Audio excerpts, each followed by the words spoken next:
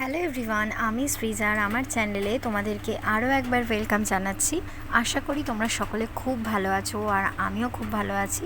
তো সকাল সকাল ঘুম থেকে উঠে চা বিস্কুট খেয়ে দেখলাম যে দিদি ক্লাসে বেরিয়ে গেল, আর পুচকি তো সকালবেলায় ও ড্রয়িং ক্লাসে গিয়েছিল, এই সবে আসলো। ড্রয়িং ক্লাস থেকে আসার পর সেজুমানি পুচকিকে খাওয়াতে বসেছে আর ও খাওয়া নিয়ে ঝামেলা করছে, সেজুমানির সাথে ঝগড়া করছে। তারপর তো স্নান করে এসে দেখলাম পুচকি এখানে স্নান করে ড্রয়িং করতে বসেছে। আজ একটু তাড়াতাড়ি লাঞ্চটা সেরে নিলাম, যেহেতু লাঞ্চ টাঞ্চ করে আবার দিদির সাথে আমি আজকে দিদি যেখানে ক্লাস করাতে যাই সেইখানে যাব। তো যাওয়ার সময় তো আমি দিদিকে স্কুটি চালিয়ে দিদির ক্লাসে নিয়ে গেলাম। তারপর তো দেখলাম সব বাচ্চা কাচ্চারা এখানে খেলছে, মানে যেরকম হয় আর কি। আর এখানে এসে তো দেখি বাচ্চাগুলো এত দুরন্ত, তোমাদেরকে কি বলবো। আর দিদির সাথে বেশ খুব ফ্র্যাঙ্কলি বাচ্চাগুলো মিশে গেছে এখন।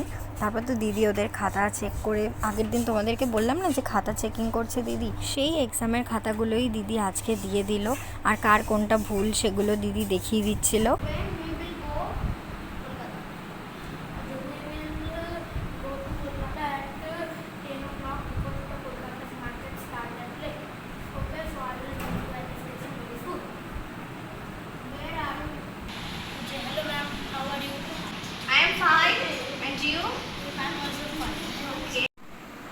পড়ার মাঝে সাঝে যদি এরকম জিমন্যাস্টিক দেখা যায় তাহলে তো বেশ ভালোই হয়। ক্লাসে বসে দিদি বাচ্চাদেরকে পড়াচ্ছিল আর আমি দেখছিলাম, আর তারই মাঝে তো ঝমঝম করে বৃষ্টি নেমে পড়লো।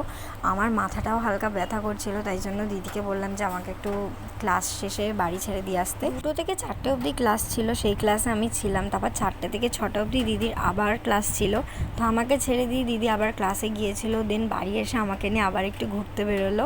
আমি আর ও ফার্স্টে ভেবেছিলাম যে কোনো একটা ভালো দোকানে চা খেতে যাব, বাট তারপর ফুচকার দোকান সামনে চোখে পড়লো, তো দাঁড়িয়ে পড়লাম ফুচকা খাওয়ার জন্য। আর এখানে তো ফুচকাগুলো দারুণ খেতে। আমাদের কলকাতায় যেমন ফুচকা একদম 10 টাকার, তো এখন হয়ই না 20 টাকার। তো এখানে ফুচকা খেয়ে বেশ ভালো মজা।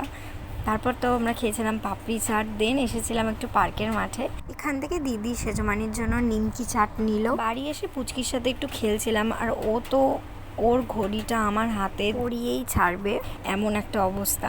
তারপর তো সেজমানির চা বানিয়ে আনলো। সেজমানির হাতের চা না খাওয়া মানে যে বিশাল বড় মিস, তাই জন্যই আমরা বাইরে আর চাটা খেলাম না। তারপর দিদি এখানে গান সিলেক্ট করতে করতে হঠাৎ করে একটা চোখে গান পড়লো, যেই গানটার নাম ছিল আনার দানা।